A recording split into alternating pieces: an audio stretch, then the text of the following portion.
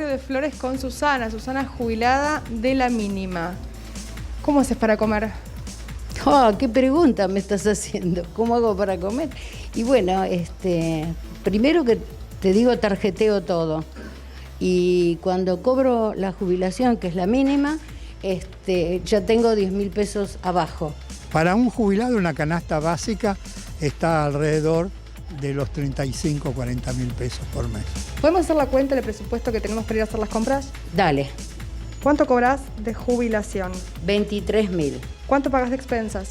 4.000, ¿De luz? hasta 3.000. Desde el celular pago 650 pesos, ¿Y de teléfono fijo? 700. El agua son 500 pesos. ¿Nos quedan libres 13.639 pesos para gastar? Sí, pero tengo a cuenta de lo que ya vengo gastando el mes anterior, los 10.000 pesos. Quedás entonces en 3.639 pesos en todo concepto para comer, comprar artículos de limpieza y lo que precises. Para vivir, diríamos, ¿no? Con 500 pesos para gastar por semana de comida, ¿cuántos días le quedan afuera del mes? Y la mitad del mes. Y los adultos mayores están en muy mala situación, sobre todo los que perciben el haber mínimo.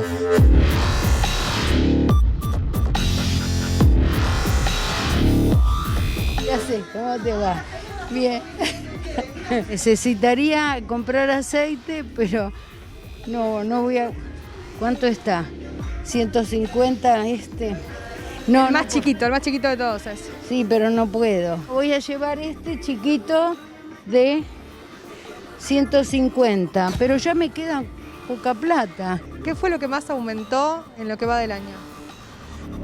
El aceite 72,17%. Arroz y voy a llevar este chiquito, 100 pesos. Lo llevo. El arroz aumentó un 52%. Ahí hay... Eso me gusta para tomar una sopita. Bueno, voy a llevar esta, 100... Es más cara esta, es 150. Ah, no. Entonces llevo esta de 120. No hablemos de el almuerzo, porque en realidad no lo hago. Hago un almuerzo cena a media tarde. Y hay un problema nutricional muy grave en la Argentina. Disminuyó el consumo de carne, disminuyó el consumo de leche, disminuyó el consumo de frutas y verduras. Aumentó en cambio el consumo de polentas y harinas. Y también aumentó el sobrepeso y la obesidad en un sector importante de la población de nuestro país. ¿Leche? No, la leche 110, no. La leche sachet aumentó aún más, 78,57% en lo que va del año. Mirá el precio de las legumbres. ¡Qué bárbaro! 200 pesos es las lentejas. ¿Dónde está la polenta acá? ¿Esta cuánto vale? 45. Mira, encontré una polenta barata de 45. No sé si será... Bueno, esta. Mira qué linda. El queso crema, me gusta. ¿Llevamos uno? ¿Llevamos uno? Sí. Llévalo. Ese. Gracias. Ah, mira, no, pero hay otro más barato. 160. ¿Alguno de estos postres? No. Postres ya no. ¿Qué opinas de esta lista? No hay frutas, no hay verduras, no está la carne vacuna. Una alimentación berreta, una mala alimentación. No es que estoy buscando harina porque quiero. Estoy buscando harina porque es lo que puedo. Nada más. Ni siquiera el pan, mira, el pan está caro también. Jabón para lavar la ropa, ese no tengo. ¿Llevamos uno? ¿No hay uno más barato? Llevo este. Acá tengo detergente. Este de 90. ¿Sí? El de promoción. El de promoción. Todo lo que sea promoción llevo, Jabón. Estoy utilizando el de la ropa para las manos. Este está más barato, 80. Este puede ser. Pero estoy haciendo una compra que no puedo pagar, Me falta hierba. A ver. Llevo esta, más chiquita. precio de los quesos es imposible. ¿Hace cuánto que no compras un queso rallado? Mucho. ¿Más de un año? Creo que sí. Yo ya me acostumbré. Ahora 23.000 pesos de jubilación. ¿Cómo va a comprar carne vacuna? ¿Cómo va a comprar leche? ¿Cómo va a comprar frutas y verduras? Prohibido. Imposible. Con ese monto, imposible. La cuenta que hicimos no me da esto. Ya me estoy pasando. Papel higiénico que viene de a uno. Ese llevo de a uno. ¿Sabés por qué? Porque a mí me alcanza para esta semana. Yo no quiero gastar más, porque tengo miedo. Utilizamos más seguido el bidet. Nos hicimos ecológicas. Nos hicimos ecológicos. Me gustan los fiambres, me gustan los embutidos, me gusta el dulce. Claro que me gusta. ¿Hace cuánto no comes algo así? Y bastante, mira, una picadita, no, o sea, estoy olvidada de eso y prefiero hacerlo así ya. 15 años atrás se consumía en la Argentina, promedio, por persona y por año, 75 kilos de carne vacuna. Y ahora disminuye todo. Hoy, de acuerdo a datos de la Cámara Empresaria del sector, se consume promedio por persona y por año 42 kilos y medio. De 75 kilos a 42 kilos y medio. Los dulces, por ejemplo, que es gratificante para mí, de pronto creo que eso lo puse a un lado. ¿Hay otros alimentos que dejaste de comer? Ahí sí, claro, ya te digo, la carne. Me hice vegetariana. ¿La gente compra menos? Sí, mucho menos ahora. Mucho menos compramos. Gente, no hay plata. Todo aumentan, todos los días aumentan. ¿Ciento, señora? ¿O no? ¿Cuánto sumamos? 1996. ¿Tanto? Y mira, ejemplo, poquito cosa y tanto plata. Por eso gente me quiere si va menos, vender menos. Casi 10 días aumentan vuelta, 15 días aumentan vuelta, todos los días aumentan. Todos los días aumentan. No se puede estar abajo. Piensen en la paradoja de Susana, esa jubilada, gana 23.600 pesos por mes. Arranca ya por la deuda de la tarjeta de lo que se gastó para comprar comida, 10 lucas abajo. Y entonces cuando ella hace la cuenta, dice, bueno, yo tengo 4.000 de expensas, y en suerte que no tiene que pagar alquiler, gasta 3.000 de luz, 650 de celular, 700 de teléfono, de agua 500, le quedan 3.600 pesos para comer y ahí empieza a tarjetear y empieza a endeudarse y cada vez es un círculo vicioso peor. Pero la paradoja de Susana es doble, porque fíjense que lleva un barbijo de Eva Perón. O sea, uno no puede decir que es una señora gorila, es seguramente una votante del Frente de Todos que ahora padece la inflación y padece eso, la penuria que hay para millones y millones de personas hoy por hoy a la hora de ir a hacer las compras. El caso de Susana no es único. Ustedes van a ver ahora, a partir de un trabajo de la consultora 3.0, que la inflación entre los votantes del Frente de Todos es el principal problema. Para otros votantes, para los votantes de Juntos por el Cambio, ahí se mezcla la cuestión ideológica muchas veces y eligen como principal causa de preocupación, como principal problema del país, a veces la corrupción, a veces la inseguridad, pero la inflación es sin duda entre los votantes del Frente de Todos el principal problema hoy. Y entonces uno dice, ¿y el gobierno por qué no atacó la inflación? El problema es la inflación o son los bajos salarios, y ahí se dividen las bibliotecas. Algunos dicen, bueno, hay que poner más plata en el bolsillo de la gente porque esto mejora los recursos y permite que la gente salga de la miseria, pero otros dicen, sí, ojo, pero cuanto más plata pones, más te la devora la inflación, y ahí se empantana la discusión entre los que quieren ajustar y los que quieren poner plata en el bolsillo de la gente. También vamos a hablar de eso esta noche en GPS. Pero el gobierno no habla de inflación, a pesar de que en la preocupación de incluso de sus propios votantes la inflación está. Rara vez ustedes lo habrán escuchado hablar a Alberto Fernández de inflación. En todo caso, habla de inflación como quien habla de la lluvia, como algo que pasa y que no se puede hacer nada sobre la inflación, o echándole la culpa a otros, pero no es el presidente, no es un analista. Entonces, ahí es donde se establece la diferencia de criterios sobre qué hay que hacer con la inflación. Pero en cualquier caso, ya sea por inflación o por falta de dinero, el problema es el mismo. Termina siendo la pobreza. Lo que genera la pobreza es la inflación. Se puede paliar la pobreza poniendo plata de manera transitoria en el bolsillo? Es el gran debate de estos días. Uno dice, bueno, ¿por qué los jubilados que están en esta situación de pobreza de alimentos, ¿sí?, no reciben la tarjeta alimentar? Misterio. Sería una gran solución para esta gente, que son la inmensa mayoría de los jubilados que no llegan a fin de mes, si no tienen a los hijos que les ponen un mango en el bolsillo, que los ayudan, bueno, les den la tarjeta alimentar, algo, alguna medida de urgencia, porque esta gente está viendo deteriorada su calidad de vida. Pero yo les decía, y lo decíamos recién en los graphs de esta editorial, que la evaluación del gobierno está en su peor momento, y ahora quiero que vean conmigo estas placas. Este es el estudio que yo les decía, la consultora 3.0. El rojo, obviamente, es la mala imagen del gobierno. El azul es la imagen positiva. Lo interesante de este estudio es que viene midiendo la imagen de Alberto Fernández, o mejor dicho, la imagen de la gestión del gobierno nacional desde el comienzo de la pandemia. Entonces acá, el momento épico aquel donde Alberto llegó a tener una imagen positiva, o el gobierno llegó a tener una imagen positiva del 78%, y en un momento dado se cruzan las curvas, y acá están los picos de imagen negativa para el gobierno. Y fíjense, ¿qué es este pico? El vacunatorio VIP. ¿Qué es este pico?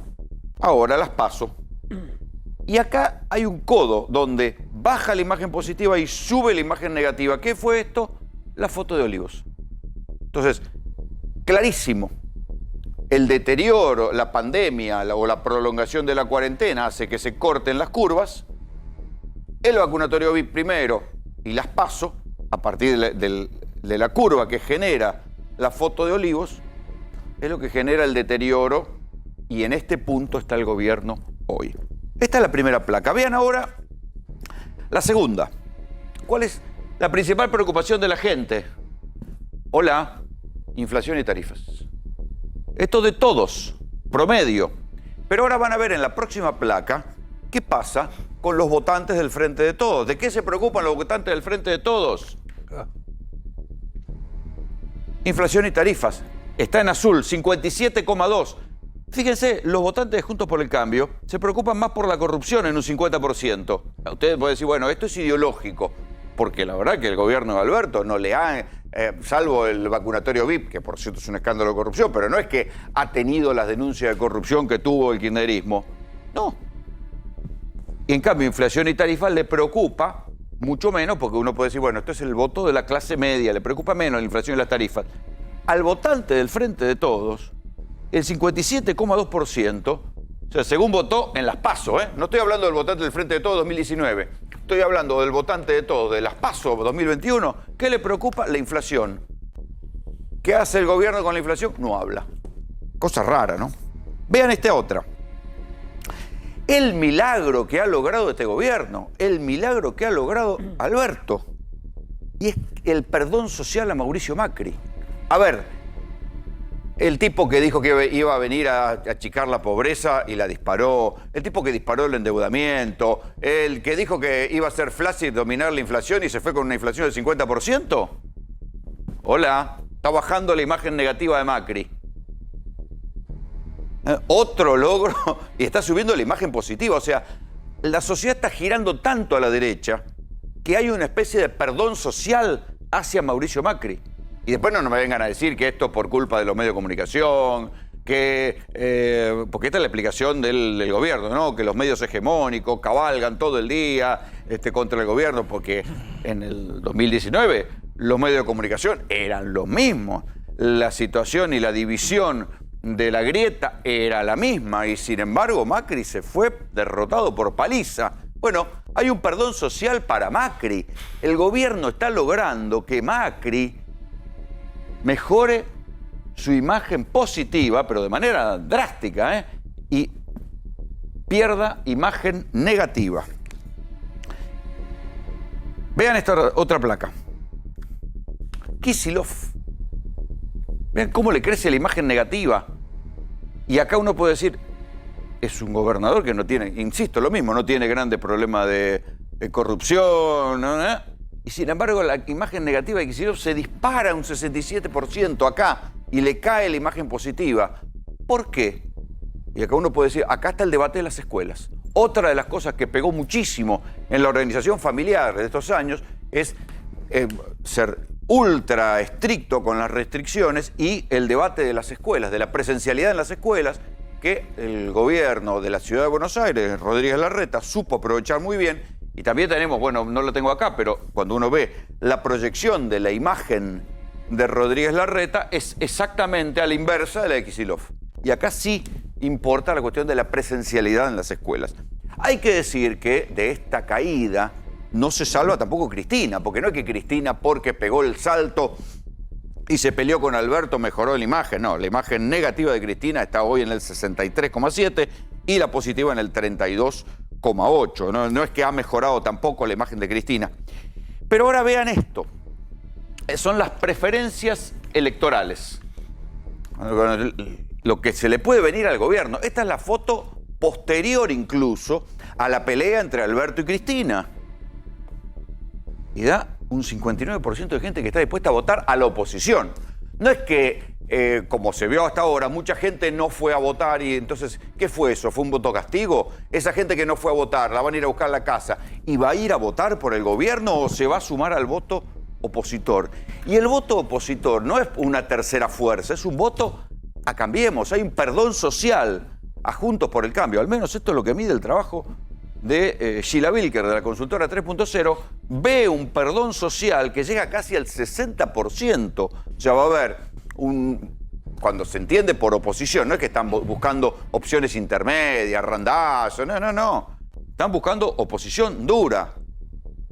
O serán los libertarios, o será Juntos por el Cambio, voto opositor. La semana pasada nosotros aquí les presentamos una encuesta también donde mucha gente que había votado al Frente de Todos decía, no, yo quiero hacer un voto castigo. Y el voto castigo es ir para el otro lado y votar a la oposición.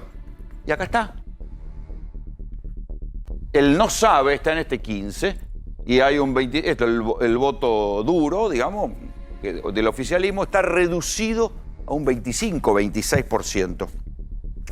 Vean esta otra placa. ¿Sí?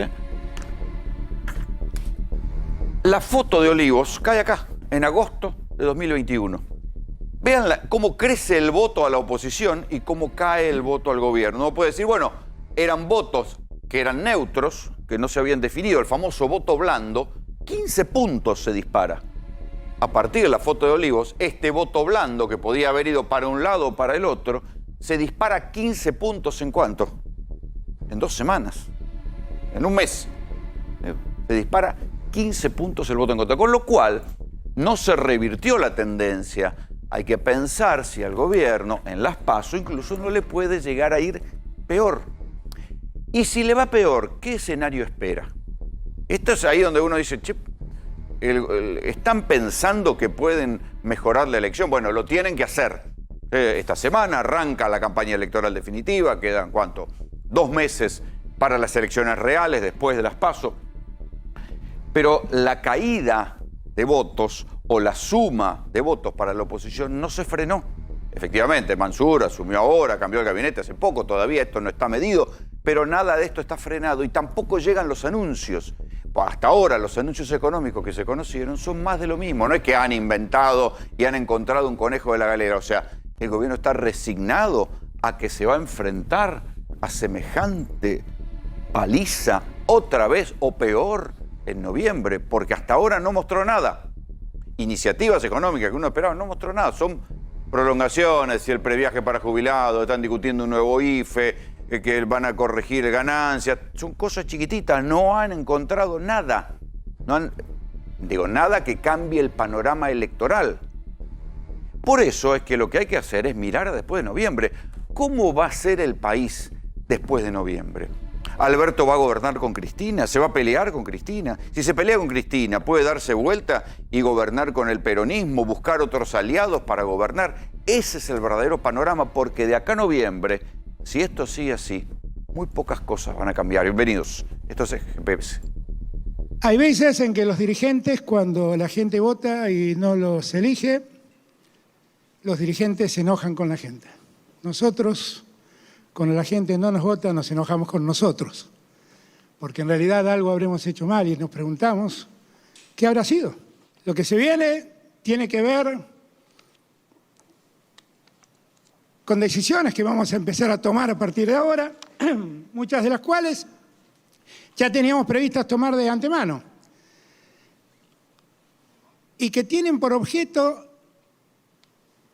dar respuesta a una parte del electorado argentino que evidentemente la pandemia lo ha afectado. En el 2019, otros perdieron las elecciones primarias. ¿Y saben lo que pasó al día siguiente que esas elecciones primarias se perdieron?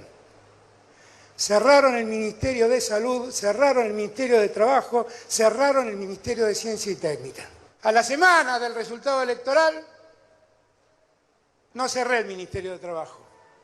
Lo que hice fue promover, en acuerdo unánime entre trabajadores y empresarios, el aumento del salario mínimo vital y móvil para que todos los salarios en la Argentina crezcan y le ganen a la inflación.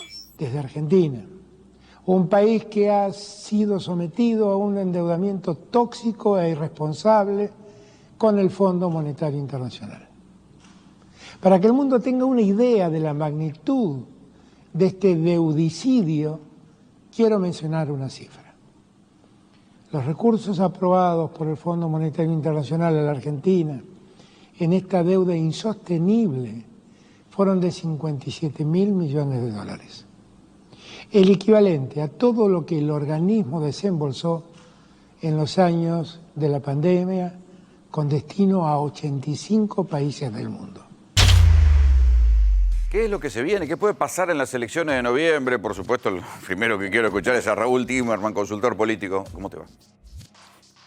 Bueno, vos mostraste el panorama en este momento y cómo fue la evolución del panorama hasta este momento. Hubo indudablemente algo que el gobierno no tuvo en cuenta, porque si no se hubiera sorprendido por haber perdido. Ese es el primer punto. Hubo una sorpresa, no se esperaban la derrota. Hubo una semana de crisis, estábamos aquí en el programa, en la mitad del programa el viernes pasado, cuando recibiste el nuevo gabinete, el cambio de gabinete. Al día siguiente, reunión en La Rioja con los gobernadores, no dejaron entrar ni a Sergio Massa ni a Guado de Pedro a la reunión, eran los gobernadores del norte con el presidente y el resto de gobernadores. Axel y Alicia creo que fueron por Zoom. Y empezó una nueva etapa. Si esta nueva etapa empezó para noviembre, es un error. Esta nueva etapa tiene que ser para 2 años de gobierno, no para 2 meses decir que de no gobierno. es hasta noviembre. No. Segundo punto, esto no es un relanzamiento, no es el mismo gobierno que se relanza. Este es otro gobierno. ¿Por qué otro gobierno? A ver, detengámonos ahí. Bueno, es otro gobierno, ¿por qué? Primero porque entraron 3 pesos pesados al gabinete. Si antes había muchos que decían el gabinete parece salita rosa o parece salita de 4, bueno, no es más. 3 pesos pesados. Lo que se dice en la jerga tiene más peso político. Impresionante. Primero, Aníbal Fernández, ministro de Seguridad, el hombre a que todo el peronismo militante viene reclamando desde hace tiempo. Hoy ya se vio la diferencia. Fíjate, hoy iban a cortar las vías en Constitución. A Sabina Freddy le cortaron la vía todas las veces que quiso. No quería hacer nada, no quería... Hoy fueron a cortar las vías, estaba la Policía Federal esperando y le dijo, no, muchachos, la vía no se corta. Y no se cortó. Bueno, ya viste una diferencia. Segunda diferencia con el nombramiento de Aníbal. Se terminó esa discusión eterna con Sergio Berni.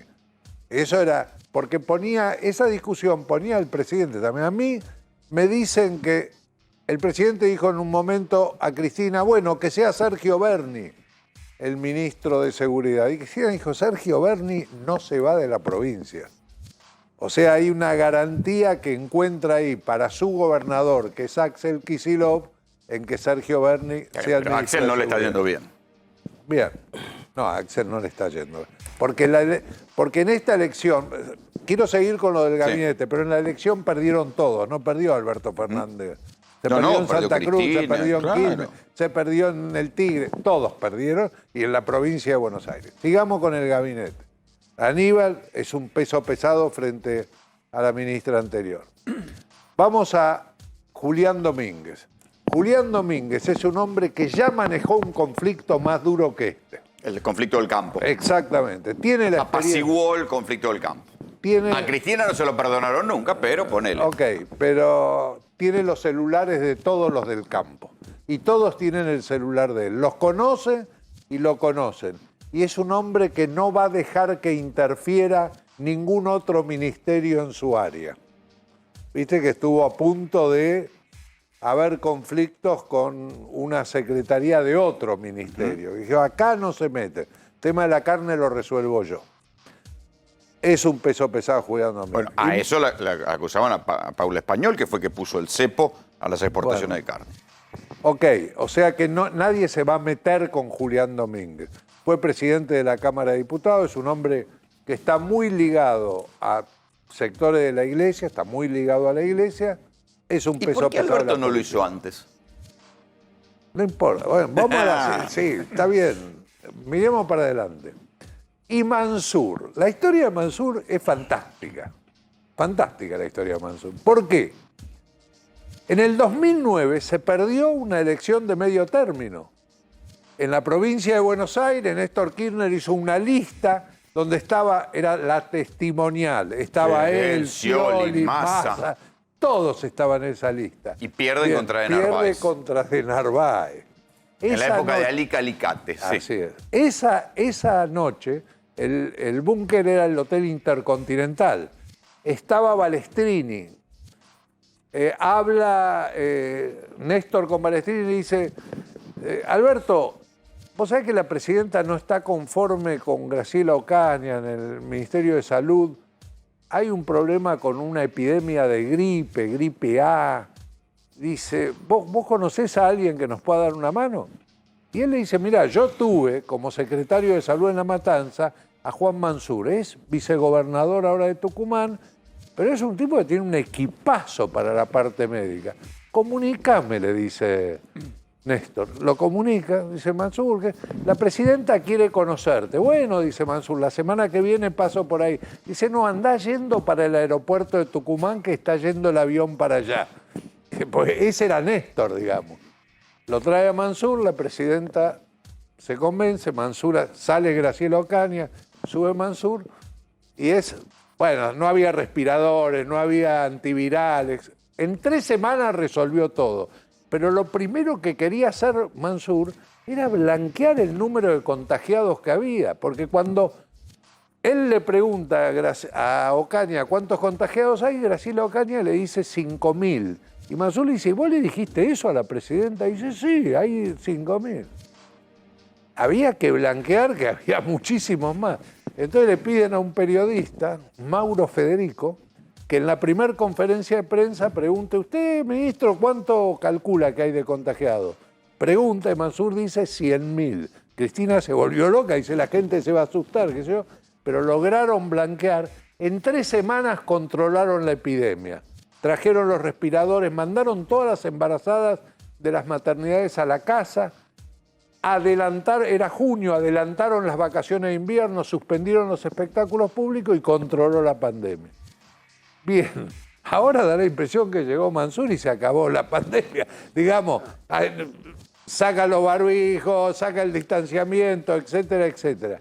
Y nuevamente ante la pérdida de unas elecciones. Pero no es aspirina contra el cáncer. No, eso. pará. Mansur es 2 veces gobernador. No digo lo que está haciendo el gobierno ahora. ¿Es poco frente a la magnitud de la crisis y de la paliza? ¿O están pensando que vamos a perder en noviembre y vemos qué hacemos después? Bueno, noviembre va a pasar, es inevitable. Pero hay una cosa que es vos verdad. pensás que no se puede cambiar mucho. Todo lo que está haciendo en este momento es una parte de lo que hay que hacer. Si no se controla el precio de los alimentos, la gente va a seguir Y me diste protestando. el pie ideal para introducir a Juan Valerdi, que es economista. ¿Por qué no se puede controlar el precio de los alimentos? ¿Se puede? ¿Cómo no se va a poder? Bueno, pero hay que tomar una decisión política de ir al choque con, supongamos que hay 8 o 10 grupos que los definen, elijamos los 2 más desprolijos, alevosos, abusivos, y hay que ir al choque. Claro que si tomamos la experiencia con Vicentín, que dejaron todos los dedos pegados y no se pudo ir al choque ahí porque un juez de Avellaneda le ganó la pulseada al gobierno, estamos en problema. Pero digo, en este caso, de acá a noviembre, sin duda se pueden dar señales. Aunque no revierta la inflación y no bajen los precios ni bajen a 1%. ¿Por qué no lo hicieron hasta ahora? Porque el gobierno queda siempre como enfrentado con los grupos, hizo el cepo a la carne, hizo algunas cosas. Pensaron que con la gestión de las vacunas, de la pandemia y demás, alcanzaba para ganar las elecciones. Exactamente. Y yo, hace muchos meses que digo, la inflación es prioridad 1. Porque la gente la siente. La gente dice, en la pandemia me cuidás porque sos vos. ¿Cómo no me vas a cuidar? ¿Por qué el gobierno no habla de inflación? ¿No tiene política antiinflacionaria? Tiene política antiinflacionaria, pero es por las buenas, digamos. Pacto de caballeros, pedido de solidaridad, palmadita en el hombro.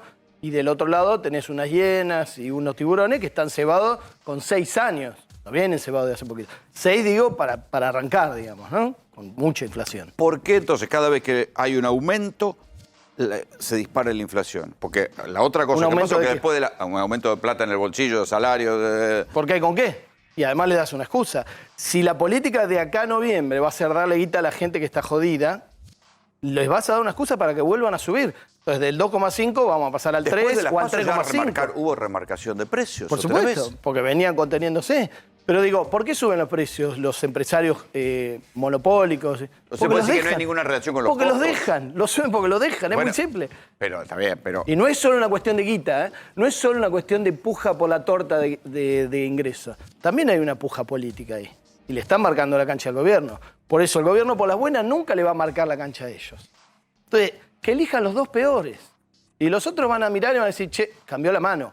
Eso, aunque no baje la inflación, a los 6 millones de tipos que no fueron a votar al gobierno y lo votaron en 2019, les va a dar otra perspectiva. Está bien, pero acá está pasando algo, parece, más profundo, por lo cual la sociedad está girando a la derecha y parece que le está dando la razón a la derecha, que tampoco pudo controlar la inflación, porque Macri se fue con una inflación del 50%, pero del Macri de la inflación del 50 al Alberto de la inflación del 50 parece todo lo mismo. Parece que el péndulo social estuviera perdonando a la coalición que llevó al 50% de la inflación con Macri. Cuando Macri estaba en el gobierno jugaba a favor de esos monopolios y oligopolios. Este gobierno no juega a favor, pero los deja hacer.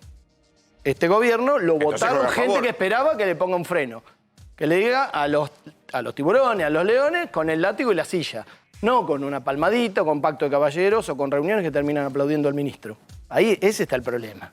Bueno, espera, ahora vamos a la cuestión de Guzmán. Pero hay un punto en el cual uno se lleva la impresión de que el gobierno se sentó, hizo mesa, discutió, puso precios máximos, congeló los precios por tanto tiempo, hubo una política contra las exportaciones de carne, hubo un cepo a las exportaciones de carne que terminó haciéndole perder votos. O sea que hubo medidas heterodoxas. Vos decís que no alcanzaron.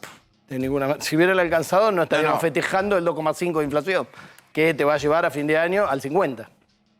Y que es parte de lo que estamos discutiendo del ajuste, que lo vamos a discutir después. ¿Me podés explicar claramente cuál es la pelea entre Guzmán y Cristina por esos 2 puntos del déficit? No hay pelea entre Guzmán y Cristina. Lo que hay es Cristina diciendo acá hubo ajuste fiscal. Y Guzmán diciendo no hubo ajuste, bajó el déficit. Guzmán viene de Estados Unidos. Casi toda su etapa adulta, post-facultad, la pasó en Estados Unidos. En Estados Unidos hacer un ajuste es bajar nominalmente el gasto. En la Argentina, con 50% de inflación, lo único que tiene que hacer es lo que pasó. Acumulado a agosto, números del Congreso, Oficina de Presupuesto, ¿cuánto subió el gasto? 30%.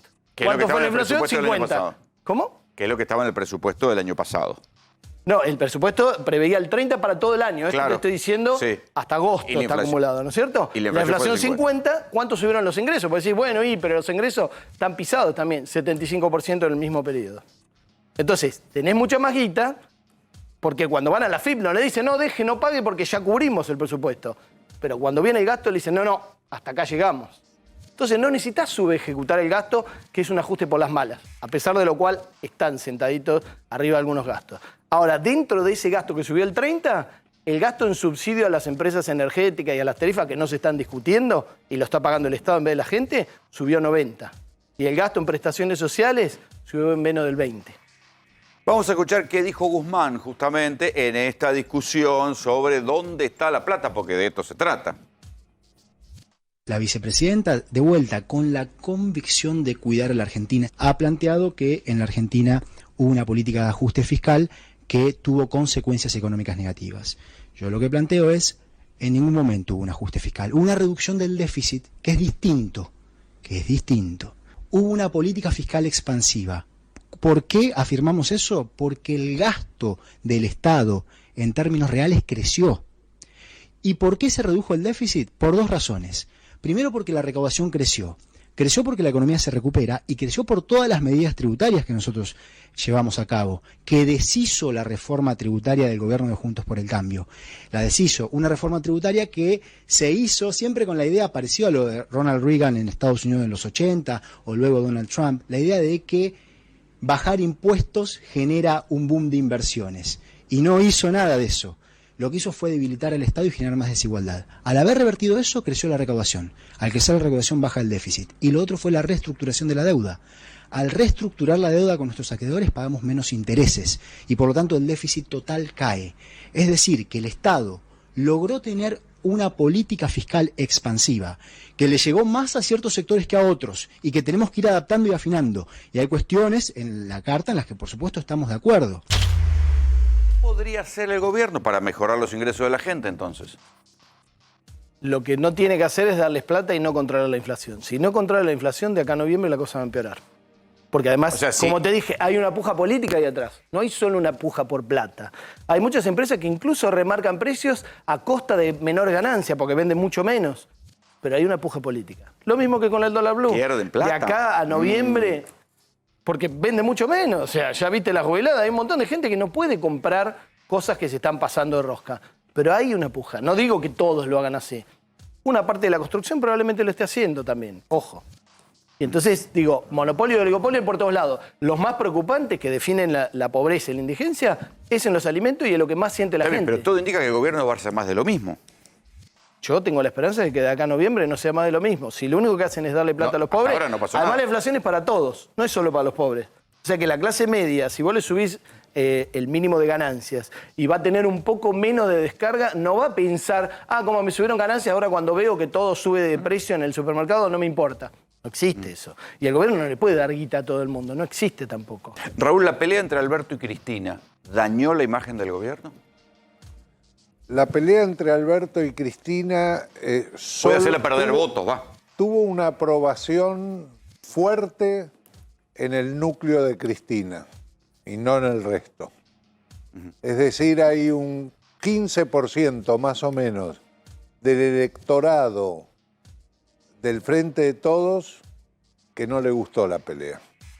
O sea que le va a hacer perder votos. Bueno. Traducido. No, eso es en el momento. No le gustó la pelea. En el momento que vos le preguntás, dice, no, la pelea me quita las ganas de votar al Frente de Todos. Pero hubo un cambio de gabinete, hubo una cantidad de medidas nuevas que se están tomando y ahora empieza esta etapa. De nuevo empieza... Yo tengo la impresión que en términos de la provincia de Buenos Aires, no tengo datos, pero tengo la impresión que en términos de la provincia de Buenos Aires debe estar bastante pareja la cosa, porque no todos los votantes de Manes van a votar a Santilli.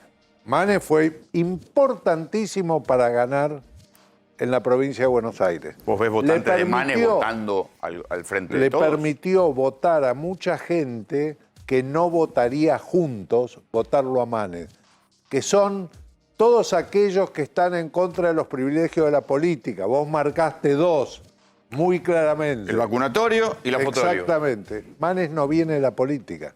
Ahí la gente esa se distribuyó de la siguiente manera. Los más de derecha, los que están contra la política... Se fueron con Milei y con Espert. Se fueron con Milei y con Espert. Los más progresistas, más de izquierda, pero están en contra de los privilegios de los dirigentes políticos, se fueron por la izquierda. ¿Por qué? Porque los dirigentes de izquierda tienen la imagen de que son honestos, son transparentes, digamos, no aprovechan los privilegios.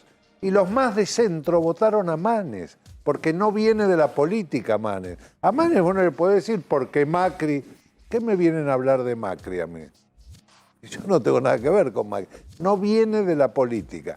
Ahora bien, Santilli viene de la política, viene del peronismo de la política y va a haber gente que votó a Manes que no lo va a votar a Santilli. Y esto de que van a ir a buscar el voto... no tiene por qué perder Esto de que van a ir a buscar la gente que no fue a votar. Bueno, eso es clarísimo. Eso Porque es fíjate que ese fue el gran error. Están tomando No medidas fue para la tercera sección electoral, para ir a buscar ahí 300.000 votos. Cometieron bastantes errores. Dejemos de lado los motivos por los que perdieron. Vayamos a los errores tácticos que cometieron. Primer punto, nacionalizaron la elección. Dijeron, vamos a plebiscitar la gestión de gobierno. Terrible, porque el gobierno no estaba en buena situación. ¿Y no lo sabían? Sí, lo sabían. No me preguntes por qué. Perdieron la brújula. Bien. Segundo punto, no trabajaron con los territorios, con los gobernadores y con los intendentes. Ahora la elección no es más nacional. Cada gobernador lleva a cabo su campaña, cada intendente lleva a cabo su campaña. Pero el reconocimiento más claro lo tenés. Mansur, jefe de gabinete, 2 intendentes del conurbano bonaerense. En el gabinete de Kicillof. En el gabinete de Kicillof. Sí, bueno, van a jugar los territorios ahora. Volvemos al... Salimos. Yo te diría que salimos de una concepción progresista, pequeño burguesa porteña, a una concepción peronista, pragmática de territorio. Y el territorio del peronismo no está en la ciudad de Buenos Aires. No está en el conurbano, que es lo que le hizo ganar las elecciones del 2019. Bueno, no fueron a votar. Había un 12% que no sabía que iba a votar, pero 9 de ese 12 había votado Alberto Fernández. No fueron a votar. ¿Por qué no fueron a votar? Por la inflación. Exactamente. Porque están enojados por la inflación. Exactamente. ¿Y si van a votar y votan en contra? En el enojo contra el gobierno. El enojo es la gran fuerza impulsora para ir a votar. Estoy enojado, voy a votar y los mato a estos. Ahora, si vos estás decepcionado, escéptico, deprimido, no vas a votar. Entonces el enojo es contra el gobierno, no hay enojo a favor del gobierno. ¿Cómo es posible que no hayan podido capitalizar nada de la campaña de vacunación? Vas a ver que ahora va a ir más gente, se van a movilizar, pero ni siquiera... El peronismo, ¿por qué se caracteriza? El día de la elección no conseguís taxis ni remises, porque toman todos los coches de todo el país para llevar gente a votar. Bueno, no sucedió en esta elección. Conseguías taxis y remises. No se movilizó. La CGT no se movilizó. Los dirigentes sindicales ni siquiera le dijeron a sus afiliados por quién votar. ¿Por qué? Porque la CGT pidió 8 cargos en las listas en todo el país y no le dieron ninguno. Entonces lo dejaron, dijeron, ¿sabe qué? No, entonces ahora se va a movilizar la CGT porque se dan cuenta que si pierden ellos también. Se va a movilizar, ya está la CGT en declaraciones a favor y apoyo. El 17 de octubre, es antes de las elecciones de noviembre, vas a ver lo que va a hacer ese 17 de octubre. Por otro lado, se van a sentir más cómodos para salir a la calle por toda la situación de liberalización. Va a jugar la CGT, van a jugar los gobernadores, van a jugar los intendentes, van a jugar los dirigentes peronistas locales. Normalmente, si hacen las cosas bien, deberían... La provincia de Buenos Aires yo creo que la pueden llegar a ganar. Caballeros, gracias por venir. No, al contrario, gracias a vos. Quiero hablar con el doctor Juan Pablo Godoy Vélez. ¿Qué me trae usted? A ver, buenas noches. ¿Qué tal, Rolo? ¿Cómo estás? Bueno, se está hablando mucho de diversos cambios en materia de jubilación. Primero, la posibilidad de que la gente pueda jubilarse con, digamos, 60 años, pensado en aquellos que... los hombres entre 60 y 65, la mujer entre 55 y 60, pensado en aquellas personas que quedaron fuera digamos, del mercado laboral, no se pueden reinsertar y bueno, de esa manera que puedan entrar. Acá lo que te traje es, me disfracé de economista un rato, cómo fue la variación de la jubilación mínima medida en dólares, prácticamente de los últimos 20 años. En el 2002. 2002, post toda la crisis del 2001, estaba muy bajo. Esto está medido a final de cada año. Sí, después acá se complica para medir porque tienen que medir dólar blue, dólar oficial. No, la medición está tomada sobre dólar blue. No, sobre dólar blue. ¿Por qué? Porque en definitiva es el valor real, ¿sí? O sea, siempre digamos, lo que es para comprar los dólares billete sea cambio oficial, sea blue, pero la manera de adquirir el dólar billete, ¿sí?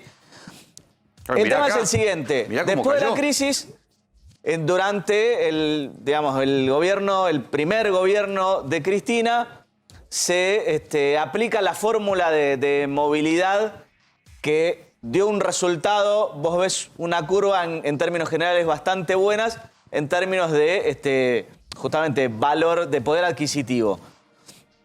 Después, durante el macrismo, esto va bajando. Claro, el bono de fin de año pega un salto porque esto ya es, digamos, el gobierno de Alberto. El 2020 fue una catástrofe, ¿sí? Y ahora viene levantando un poquito. El problema es que cuando vos tenés un piso tan bajo, ¿sí? Todo lo que levantes es poco. Todo lo que levantes es poco, exactamente. A ver, que el doctor Néstor Espósito, buenas noches. Buenas noches. Quiero hablar de qué está pasando con las causas contra Cristina en Comodoro Pi. Básicamente lo que está pasando es que muchas de esas causas cuando llegan a la etapa de juicio empiezan a tropezar, algunas trastabillan y otras terminan cayéndose. Hoy Cristina está en juicio en la causa obra pública. En esa causa en particular, más allá de los debates que se están produciendo, lo que se ha demostrado hasta ahora mediante peritajes es que la obra que le fue adjudicada a la empresa de Lázaro Báez, Austral Construcciones, en líneas generales, con un más menos que está dentro del rango de lo tolerable en la obra pública, se cumplieron. Y Lázaro Báez llegó a esa instancia suponiendo que no había cumplido con la obra pública. Más aún, en la causa en la que fue condenado por lavado de dinero. No se puede lavar dinero blanco, tiene que lavar dinero que proviene de origen ilegal. ¿Qué es lo que dice el tribunal que es el origen ilegal? La obra pública, un juicio que está todavía en marcha. Ya tenemos algunas placas para contar cómo es este mecanismo por el cual las causas nacen, se desarrollan y finalmente terminan trastabillando. Bueno, porque ahora están, una de las cosas que están ahora en crisis es las pericias. No se hicieron las pericias que refrendaran lo que se estaba proponiendo. Es una de las formas que elige el Poder Judicial para llevar adelante procesos que son muy espectaculares mediáticamente, pero que cuando llegan al momento de la verdad, que es el momento del juicio, ahí empieza a mostrarse que todo el proceso fue flojo de papeles. A ver, una cosa es una investigación periodística y otra cosa es que eso después se sostenga en términos reales. ¿Qué quiero decir? Puede haber una investigación periodística. ¿Cómo era el mecanismo? Después se presentaban los diputados de Cambiemos y firmaban un escrito y decían investíguese a partir de esta investigación periodística. Ya, lo tenés a tu espalda. El problema es que después, esto me llama mucho la atención, ¿cómo hacían para que cayeran siempre en Ercolini o en Bonadío? Cuando los jueces están por quincenas, están de turno. Hay 12 jueces federales, pero cuando se sortean las causas, no se sortean entre 12, se sortean entre 6. Cuando las causas se sortean entre 6, hay menos posibilidades de que las causas lleguen a repartirse. Las posibilidades se acotan. Además, esos juzgados, hay algunos que están vacantes, entonces hay un juez que ocupa 2 cuestiones. Y está siempre el mecanismo, no hay más bolillero. Es electrónico. Es electrónico. Y en informática esas cosas suelen ocurrir.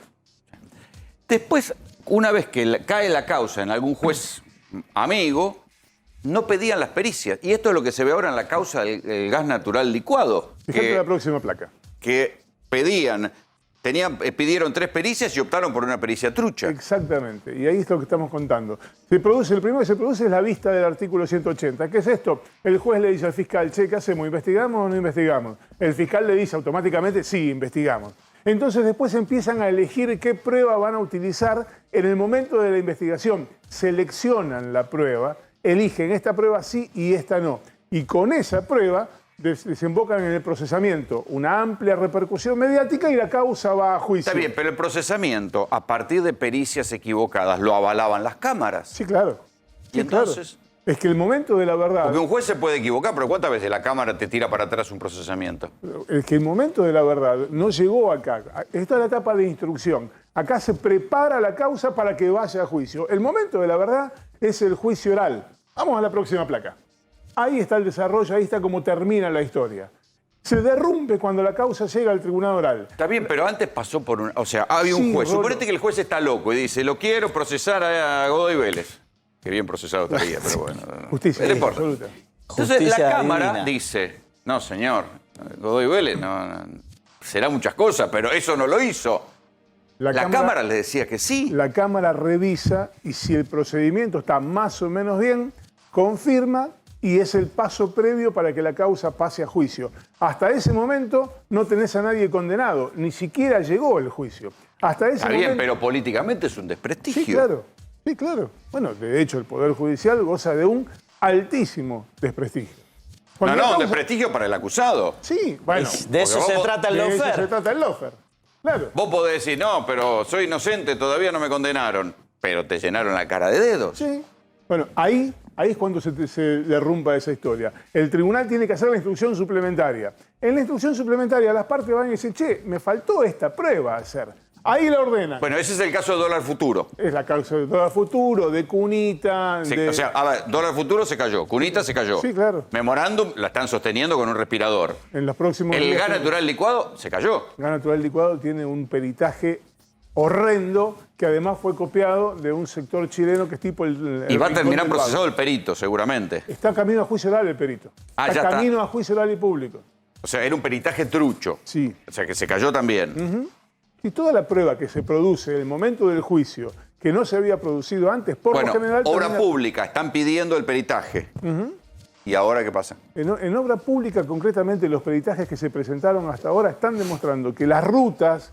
Lázaro Báez llegó a juicio oral porque no las había hecho en su mayoría y con este más menos, este margen de error tolerable dentro de lo que es la construcción de la obra pública, las rutas están hechas. En la causa Indalo no apareció peritaje que dijera que hubiera habido defraudación al fisco. No solo eso, sino que en la causa Indalo se demostró que tenían un plan de facilidades, que no había deuda, que esos 8.000 millones de pesos que se cuestionaban como deuda impositiva no eran tales porque estaban financiados. Vos tenés una tarjeta de crédito, una deuda de 5.000 pesos, pero venís pagándola todos los meses, no tenés deuda. Lo que tenés es una deuda documentada que estás pagando. Bueno, eso es lo que se demostró en la causa. Eso ni hablar de la denuncia de la Morsa, que la Morsa ni siquiera lo citaron a declarar.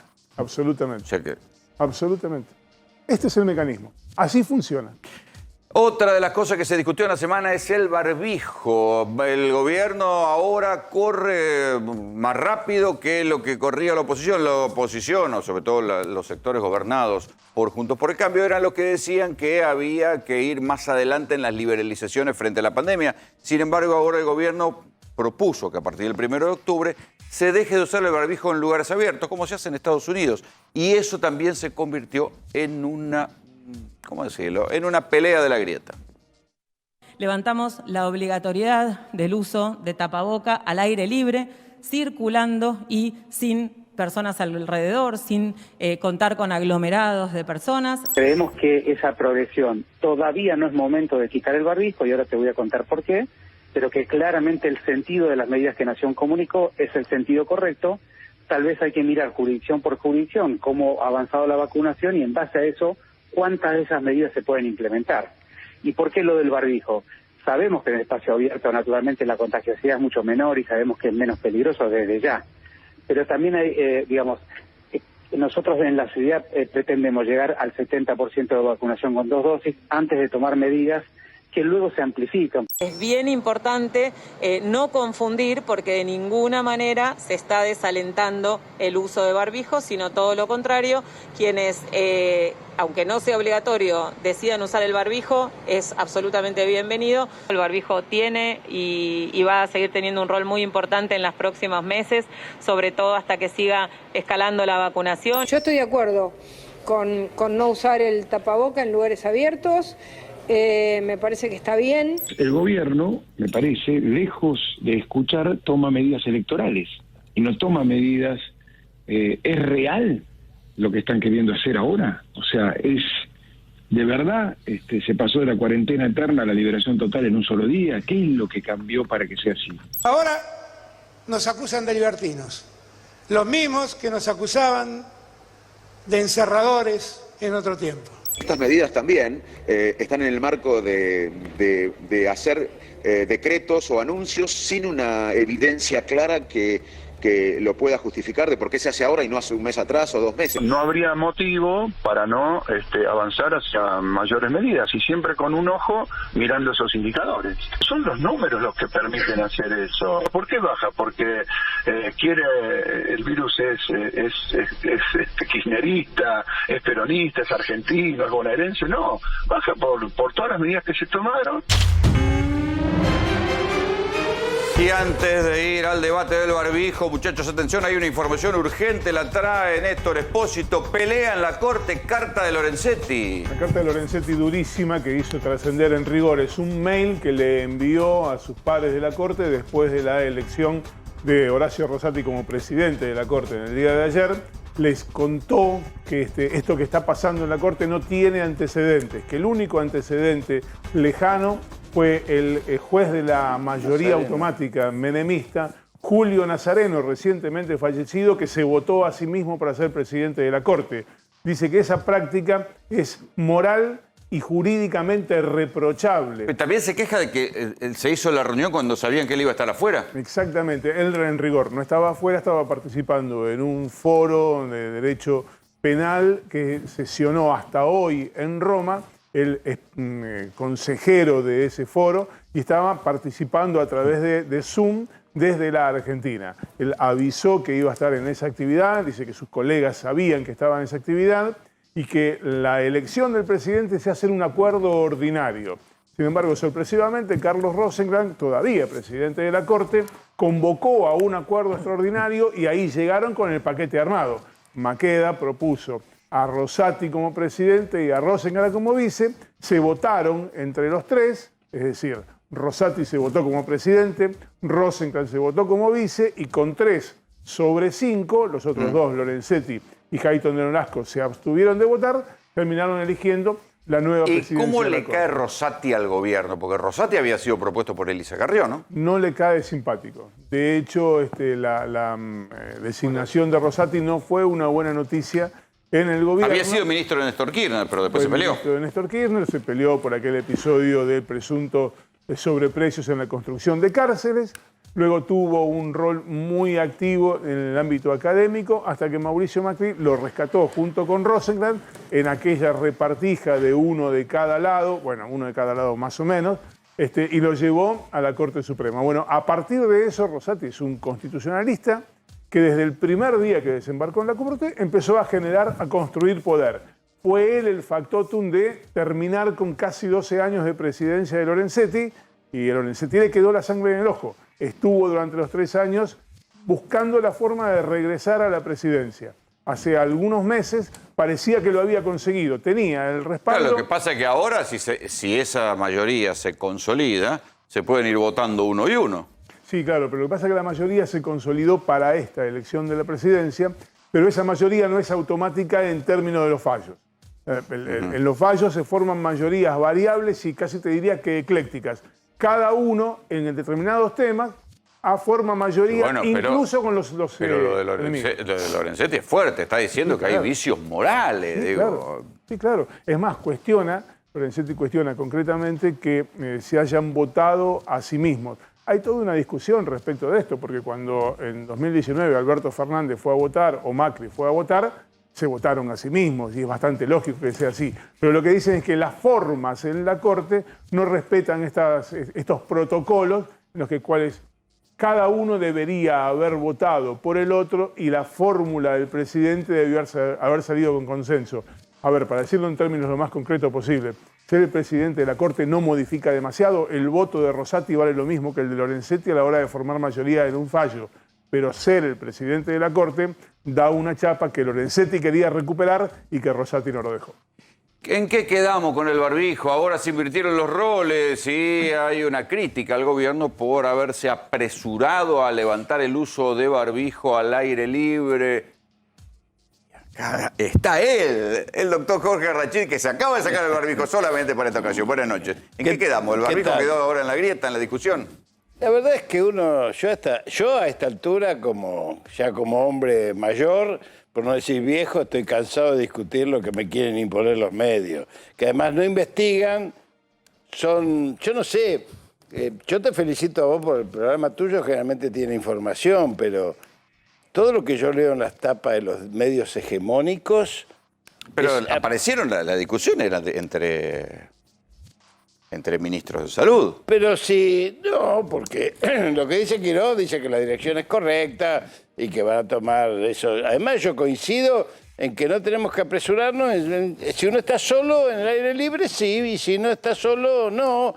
Porque hay que tener mucho cuidado con las personas enfermas de enfermedades graves. Tal vez será que la ciudad de Buenos Aires para el 1 de octubre ya va a tener la cantidad de vacunados que dijo Quiroz y entonces van a coincidir nación y ciudad. Sí, pero insisto que es una discusión instalada en términos políticos y electorales con poca investigación.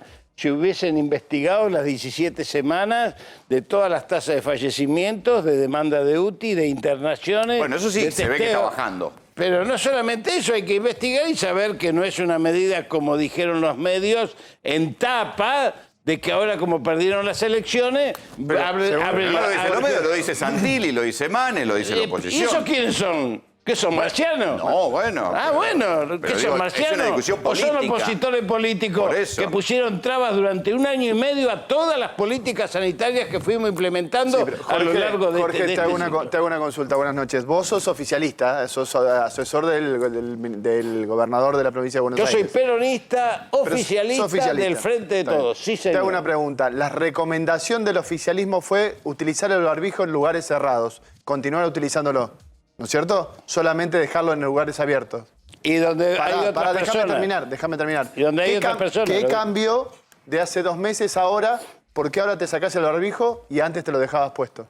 No, yo me lo saco ahora porque... pero es que vos cuando venías a las entrevistas... ¿Hace 2 meses? Hace 2 meses, hace un mes... Te lo voy a contestar. Hace 2 meses... ¿Qué cambió hoy con las recomendaciones que vos te sacás el barbijo? Casi 70% de personas mayores de 18 años vacunadas con 1 dosis y casi el 50 y pico % con 2 dosis, sobre todo los mayores de 50 años, lo cual le hemos levantado, déjame terminar a mí ahora, una barrera al ciclo molecular del virus comunitario muy fuerte que hace mucho menos probable que todos los que estamos vacunados con 2 dosis, todos nosotros, tengamos hoy un contagio acá adentro. Pero la recomendación del oficialismo por eso, hace 2 meses no me sacaba y hoy me lo saco porque hemos triunfado en la política sanitaria de vacunación. Bueno, pero vos fíjate qué es lo que pasa después de las elecciones y tenemos, por favor, la placa del monitor público de vacunación.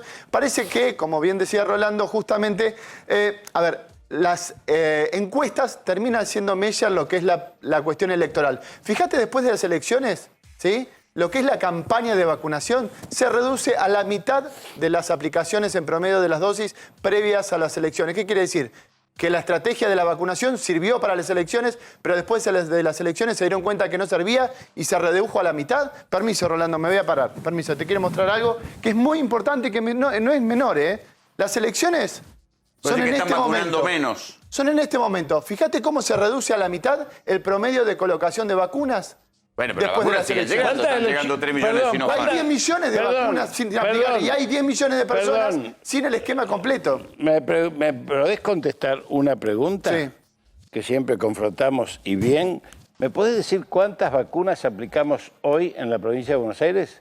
Según lo que dice el monitor público. Bueno, perdón, la información oficial. Lo que dice la provincia de Buenos Aires en Notifarm, que vos también lo lees. Sí. ¿Cuántas? No lo leí hoy. 142.000 vacunas. Bueno.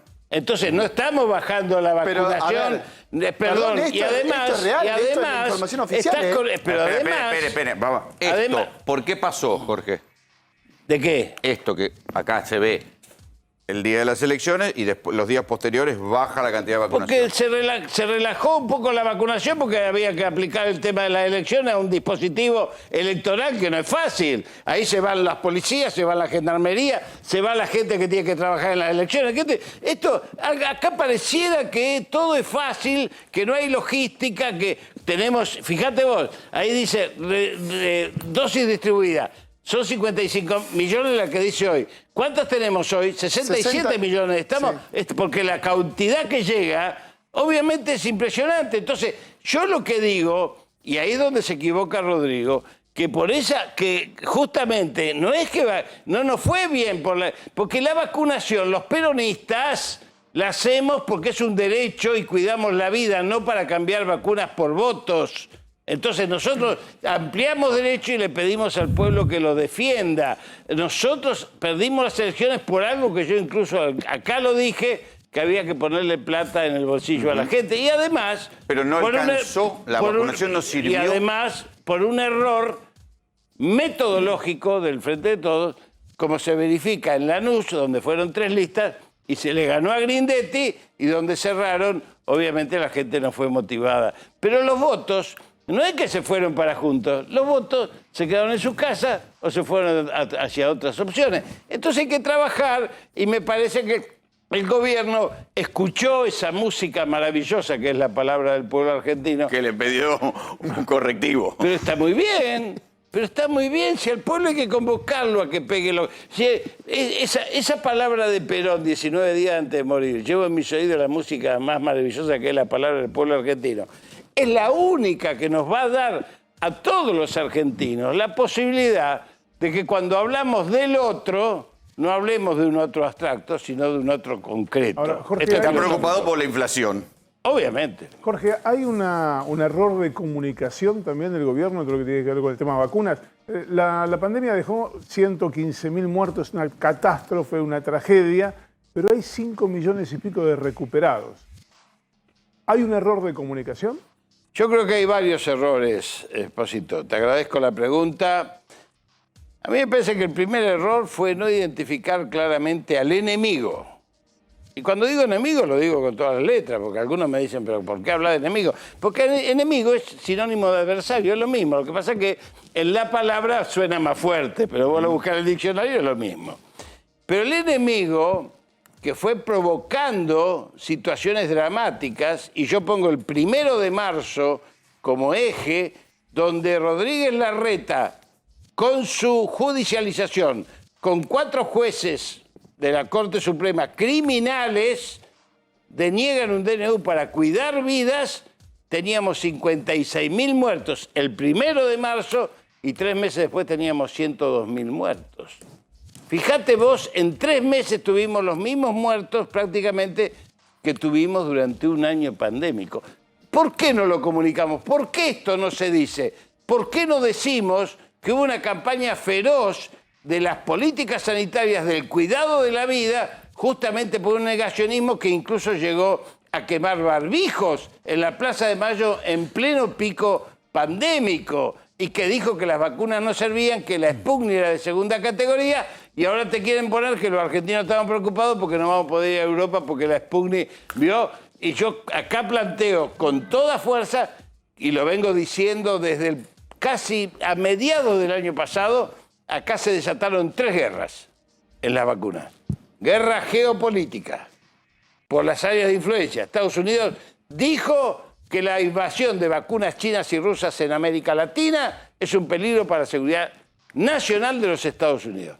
Una guerra de los carteles farmacéuticos. Sin embargo, perdón, déjame terminar. Las 3 guerras. Déjame terminar las 3 guerras. Déjame terminar. La farmacéutica, por los carteles de los negocios que se van a realizar año a año, porque el SARS-CoV vino para quedarse, todos los años va a haber que vacunar. Y la tercera, que es la más importante, es la guerra de las patentes. ¿Quiénes son los dueños de las patentes? Todos los fondos buitres, que no solamente, y lo sabe bien Rodrigo, no es por las vacunas solamente, sino por los medicamentos de alto precio y baja incidencia, los biológicos de última generación, que son los que más impactan en la seguridad social. Pero estás planteando una guerra de Estados Unidos contra China con el tema de las vacunas y resulta que, a ver, Estados Unidos no aprueba una propia vacuna de ellos, que es la Novavax, para el ingreso de personas vacunadas con esa vacuna, pero sí aprueba las 2 vacunas chinas de más distribución que hay para ingresar pacientes. Porque las aprobó la OMS. Pero las aprobó la Organización Mundial de la Salud. Sí. Entonces, ¿cuál es la pelea ilógica que estás planteando? Porque hay una pelea ahí que tiene que ver con la OMS. La OMS está profundamente cuestionada desde el retiro de fondos de la mayoría de los países, entre ellos Estados Unidos, y desde hace más de 15 años está financiada por la industria farmacéutica, Bill Gates y otros, como vos sabés muy bien, y estos son intereses que hay detrás de la OMS. Ya lo sufrimos con la N1H1 cuando recomendaron el Tamiflu del laboratorio Gilead, que ganó $5.000 millones en un año, cuando sabíamos que no servía para nada para la pandemia, y echaron a 2 directores que obviamente se fueron a vivir muy tristemente a las Islas Seychelles, ¿no? Claro. Bueno, sí. también acá recomendaban usar barbijo, ¿no? Claro. No, la OMS quedó completamente desautorizada después de esta pandemia. La verdad que todo lo que fue... La OMS está absolutamente en la lona, como está la OEA de Almagro, podemos hablar. Han hecho trilla todo. Perdón, como está Kristalina Georgieva, que The Economist está pidiendo la renuncia porque descubrieron que había truchado un informe cuando estaba en el Banco Mundial. Como está la enamorada de Macri en el Banco de Bruselas, va allá en la Unión Europea. Que además allanaron los laboratorios de Pfizer y AstraZeneca en Europa por incumplimiento de contrato. Esto también vos lo sabés, cuando no cumplieron el contrato, cuando pudieron vender al doble de precio que le habían vendido a la Unión Europea 300 millones de dosis. Jorge, gracias por venir. Gracias a vos, Rolando, gracias a la mesa, que siempre la pone muy bien. Salvo Rodrigo, con lo cual siempre nos queremos. Pero... igual se quieren ustedes. Gracias por venir. Ahora nos vamos a otra información urgente. Atención con esto que va a contar Néstor Espósito.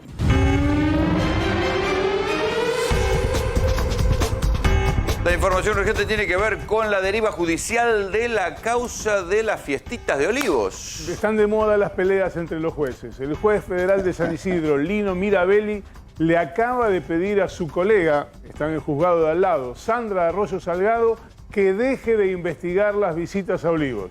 Que todas las causas que tienen que ver con las visitas a Olivos durante la etapa más estricta de las restricciones por la pandemia le corresponden a él. Da básicamente 2 argumentos. El primero es que tiene más delitos anteriores que lo que estaba investigando Sandra Arroyo Salgado. Porque la causa esa no había ido a parar a Casanelo. La causa original fue parada a Casanelo. En Comodoro Pi. Exactamente. Y después, como las visitas a Olivos eran en Olivos, dijeron, bueno, el lugar del delito es Olivos, esto es jurisdicción tribunal de San Isidro. Exactamente. ¿Y por qué ahí se pelean los 2 juzgados? Porque Sandra Arroyo Salgado tenía una denuncia presentada por un abogado y la denuncia que, por el principio de el revoleo que Sebastián Casanelo le mandó a la provincia de Buenos Aires, la recibió Mirabelli, que es el juez que estaba de turno. Claro. Entonces, está bien, pero está además la sospecha de, recordemos, Arroyo Salgado, recibida por Macri avalaba la teoría del asesinato de Nisman, etcétera, etcétera, etcétera. Yo creo que por eso también hay alguna desconfianza de parte del gobierno de que vaya Olivos. Sí, claro, o sea, la causa vaya a Arroyo Salgado. La pelea de fondo tiene que ver con la desconfianza que se tienen con la mayoría de los jueces de uno y otro lado de la grieta. Entonces, lo que dice el juez Mirabelli es, vos tenés una causa que es posterior a la mía. Y además, yo tengo hechos que investigo que son anteriores a los que te denunciaron a vos. Dame todo. ¿Y quién define? Básicamente, Sandra Arroyo Salgado tiene que responder. Si se desprende de la causa y se la manda, va a decir que no, ya está, va a decir que no. Entonces, si no se desprende, decide el superior común, es decir, la Cámara Federal de San Isidro, que es un tribunal que tiene que resolver un conflicto de competencia. Si no se resuelve ahí, debe resolverse ahí. Si no se resuelve ahí, a la Corte. Está bien, pero eso favorece la demora. Porque sí, claro. La demora favorece al gobierno porque la causa seguirá esperando. Sí, igual el criterio lógico sería que la termine tomando el juez que previno, es decir, el que tiene la causa, digamos, la primer causa. Y de acuerdo a este criterio sería la que hoy tiene Mirabelli. Ah, Mirabelli. Mirabelli debería ser, el final de esta historia debería ser que Mirabelli fuera el juez que investigara. Mirabelli es un juez nombrado relativamente hace poco y tiene una historia judicial menor y ciertamente diferente a la de Sandra Arroyo Salgado. Claro, pero en cualquier caso la demora le conviene al gobierno. Absolutamente. Porque recién cuando se sepan que juzgado cae, van a ver qué estrategia procesal o, como habías contado acá, que pueden buscar un acuerdo, una probation o algo por el estilo. Bueno, de hecho, esta semana el abogado de la colorista de Fabiola Yáñez insistió ante el juez Mirabelli con que quiere solucionar esto mediante una conciliación lo más rápido posible. Claro, pero si no hay juez, tampoco puede haber conciliación. O sea que esto, vamos a seguir esperando a ver quién va a juzgar las visitas a Olivos,